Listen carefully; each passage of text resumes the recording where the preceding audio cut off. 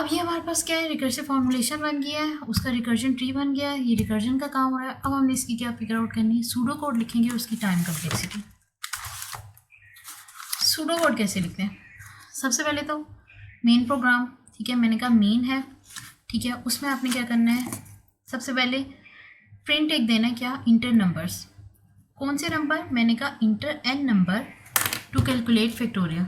मतलब मैंने पहले मेन प्रोग्राम लिखा, फिर मैंने उसे कहा इंटर एन नंबर, क्योंकि मुझे इनपुट चाहिए होगी। इनपुट लेने के लिए मैंने प्रिंट की एफ की स्टेटमेंट दी, और जो भी इनपुट आई, ठीक है, वो मैंने क्या की, एन में डाल दी। मेन फंक्शन रन किया, इनपुट लेने के लिए प्रिंट एफ किया, प्रिंट एफ के बाद मैंने क्या किया, उसकी जो भी इनपुट आ रही थी वो मैंने क्या की, एन में डाल दी, ठीक है। उसके बाद मैंने कहा कि जो भी रिजल्ट आएगा, रिजल्ट बेसिकली क्या करना है, फैक्टोरियल लेना है एन का और उसे उठा के रिजल्ट में डाल देना है। अब ये मैंने क्या कहा, फैक्टोरियल लेना है एन का, उसे रिजल्ट में डाल देना है। उसके बाद क्या करना है, प्रिंट कर देना है रिजल्ट को, ठीक है। अब ये मेरा क्या है, मेन फंक्शन। यहाँ तक मेरा क्या है, मेन फंक्शन, जिसे सिंपल क्या किए हैं, इनपुट ली है, उसमें प्रोसेसिंग की है, या उसके फॉर्मूले, इसके फंक्शन को बुलाया है, और आपने क्या किया, प्रिंट आउट दे दिया। अब फैक्टोरियल एन को कहाँ डिफाइन करना है, मैं अब फैक्टोरियल एन को डिफाइन करूँगी, ठीक है। उसमें मैंने कहा इंट रखते हैं फैक्टोरियल, ठीक है, जिस पे का भी फैक्टोरियल लेना है, या इंट एन वन है, ठीक है, उससे स्टार्ट करें। और मैंने उसे कहा कि इफ़ एन नंबर वन, जो मेरा नम है, ठीक है, नम वन मैंने क्या रखा है, वेरिएबल का नाम है, यहाँ पे मेरा वेरिएबल क्या है, नम वन, ये मेरा क्या है, वेरिएबल का नाम है। मैंने कहा अगर तो नम वन क्या है, लेस देन और इक्वल टू वन है, ठीक है, तो रिटर्न क्या कर दो, वन। क्यों रिटर्न वन करेगा, क्योंकि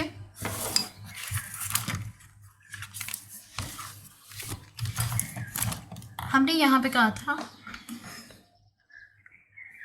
हमने यहाँ पे कहा कि रिटर्न वन क्यों करना है, क्योंकि यहाँ हमने बेस कंडीशन में अपने क्या डाला था, आपकी बेस कंडीशन में था कि फैक्टोरियल जब भी वन का लिया जाएगा वन आएगा, फैक्टोरियल जब का जीरो का लिया जाएगा वन। उस चीज़ को याद रखते हुए अब मैंने इसे क्या कहा कि यहाँ पे वो क्या करेगा कि आपको रिटर्न वन कर दे अगर तो वो वन के इक्वल है, ठीक है। एल्स क्या करे, अगर तो वो इसके अलावा कुछ कंडीशन है, तो उसने क्या करना है, टेम्प में लेके जाना है, एक वेरिएबल क्रिएट करना है, टेम्परेरी वेरिएबल, उसके अंदर बेसिकली क्या करना है, वही जो फार्मूलेशन लास्ट हमारी थी, फार्मूलेशन हमारी क्या थी वहाँ पे, n into n minus one factorial, ठीक है। यही फार्मूलेशन को मैंने यहाँ पे लिख दिया, अपना वेरिएबल का नाम डाला इनकी जगह, नम वन इंटू फैक्टोरियल, ठीक है, नम वन माइनस वन, ठीक है। तो मैंने यहाँ पे क्या की, वो फार्मूलेशन लिख दी, उसमें सिर्फ अपने वेरिएबल का नाम डाल के। इसके बाद क्या किया, रिटर्न कर दे टेम्प, जो भी टेम्प है वो क्या रिटर्न करे एंड। अब ये सारा फंक्शन जब रन होगा, ये रिटर्न करेगा इसको, ये रिजल्ट के अंदर जाके सेव होगा, और वो क्या होगा, प्रिंट आउट होगा। ये मैंने क्या लिख दिया, सूडो कोड मेन पार्ट, ठीक है। और उसके बाद मैंने उसमें बता दी इसकी फंक्शनैलिटी क्या है, या उसकी असल में रनिंग क्या हो रही है, ठीक है। तो ये मैंने क्या किया, उसका सूडो कोड लिख दिया। इसके बाद आ जाते हैं टाइम कम्प्लेक्सिटी फिगर आउट करनी है।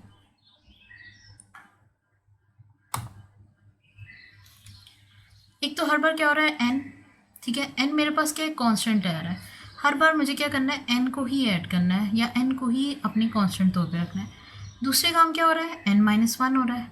तो अगर मैं देखूँ इसकी टोटल टाइम कम्प्लेक्सिटी, तो ये मेरे पास क्या है, एन आ रही है, और ये क्या है, मेरे पास एन माइनस वन है, ठीक है। इसमें जितना टाइम लगेगा वही मेरी टोटल टाइम कम्प्लेक्सिटी है। मैंने इसे क्या कर देना है, t n total time complexity is equal to t n minus one plus c. ये क्या है, कांस्टेंट जो हमारा काम हो रहा है, ठीक है। मैंने इसे कहा ये क्या है, कांस्टेंट ही हमारा रहेगा, हर बार एन ही इधर आएगा, ठीक है।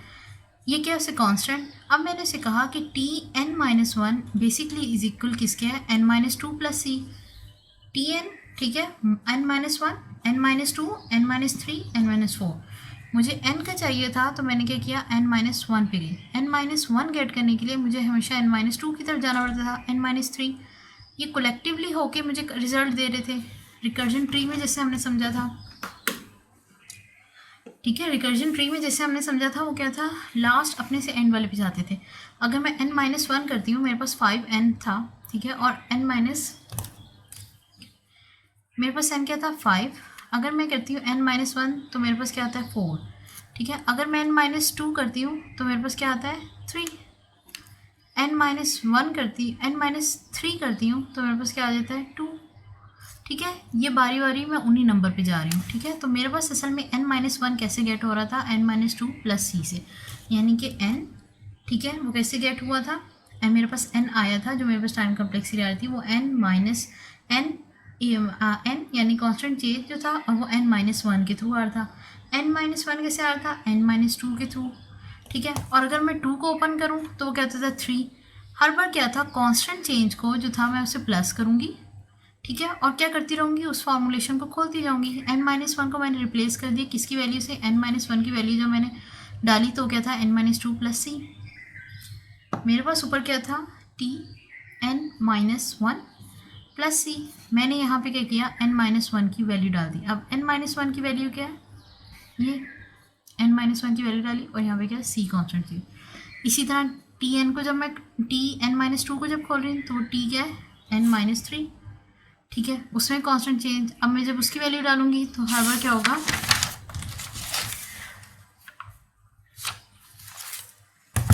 हर बार क्या होता जाएगा, मेरे पास n असल में प्लस होता जाएगा। ठीक है, मेरे पास क्या होगा, हमेशा क्या होगा c प्लस होता जाएगा, और मैं क्या उससे बैक जाती रहूँगी, चाहे मैं n-3 n-4 n-5 जितना नीचे जाती जाऊँ। ठीक है, हमेशा क्या होगा, वो एक दूसरे डिपेंडेंट करते हुए करते एंड तक मैं चली जाऊँगी। इसमें अगर मैं देखूँ तो टोटल कितने टाइम, कांस्टेंट को मैंने कहा कि हम क्या कर देते हैं, साइड पे कर देते हैं। अगर कांस्टेंट को प्लस करूँ, ये बेसिकली हो क्या रहा है, n-n हो रहा है, n-3 n-4 n-5 जिनकी वैल्यूज़ क्या, n-3 किस पे डिपेंड कर रहा था, n-4 पे। ठीक है, n-4 किस पे डिपेंड कर रहा था, n-5 पे, n-5 n-6 पे डिपेंड कर रहा था। मैंने इसे क्या किया कि मैंने उसे कह दी कि ठीक है, बेसिकली n-n हो रहा है, जिसमें हमने क्या करना है c कितने नंबर ऑफ टाइम डिपेंड करता है, वो कितना बैक जा रहा है। ठीक है, कितना उसमें प्लस हो रहा है, तो क्या है नंबर ऑफ टाइम जितना होता है उसका रिजल्ट क्या आएगा, हमेशा n into C plus n-1। एक तो वो जो चेंज जो आ रहा है, और दूसरा नंबर ऑफ c कितने हैं, c n टाइम जा रहा है, तो मैंने उसे क्या कह दिया nc। ठीक है, जो टोटल नंबर ऑफ मेरे जा सकते हैं, मैंने उसे कह दिया t प्लस nc। ये जो टाइम कम्प्लेक्सिटी है ये क्या है, n प्लस c है। ठीक है, और ये क्या बिलोंग कर रहा है, इसका मतलब कि जो मेरा थीटा निकला है वो मेरा कितना निकल रहा है, n निकल रहा है। ठीक है, इन टाइम कम्प्लेक्सिटी को निकाला, एक ही टाइम कम्प्लेक्सिटी फिगर आउट की, उससे नीचे सेकंड से थर्ड से फोर्थ, और सारी टाइम कम्प्लेक्सिटी डिपेंड करते हुए मैंने बता दी कि कांस्टेंट जो कितने हैं वो नंबर ऑफ आ सकते हैं।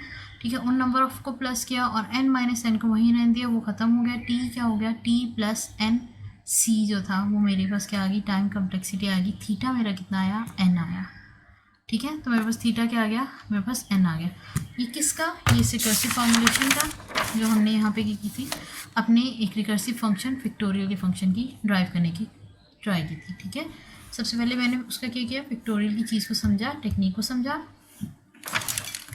टेक्निक को समझने के बाद मैंने उसकी रिकर्सिव फार्मूलेशन बनाई। रिकर्सिव फार्मूलेशन बनाने के बाद मैंने उसको क्या किया, बेस कंडीशन दी। बेस कंडीशन के बाद मैंने उसे क्या किया, आपका रिकर्शन ट्री बनाया। ठीक है, और जैसे ही ट्री बन गया मैंने उसका क्या किया,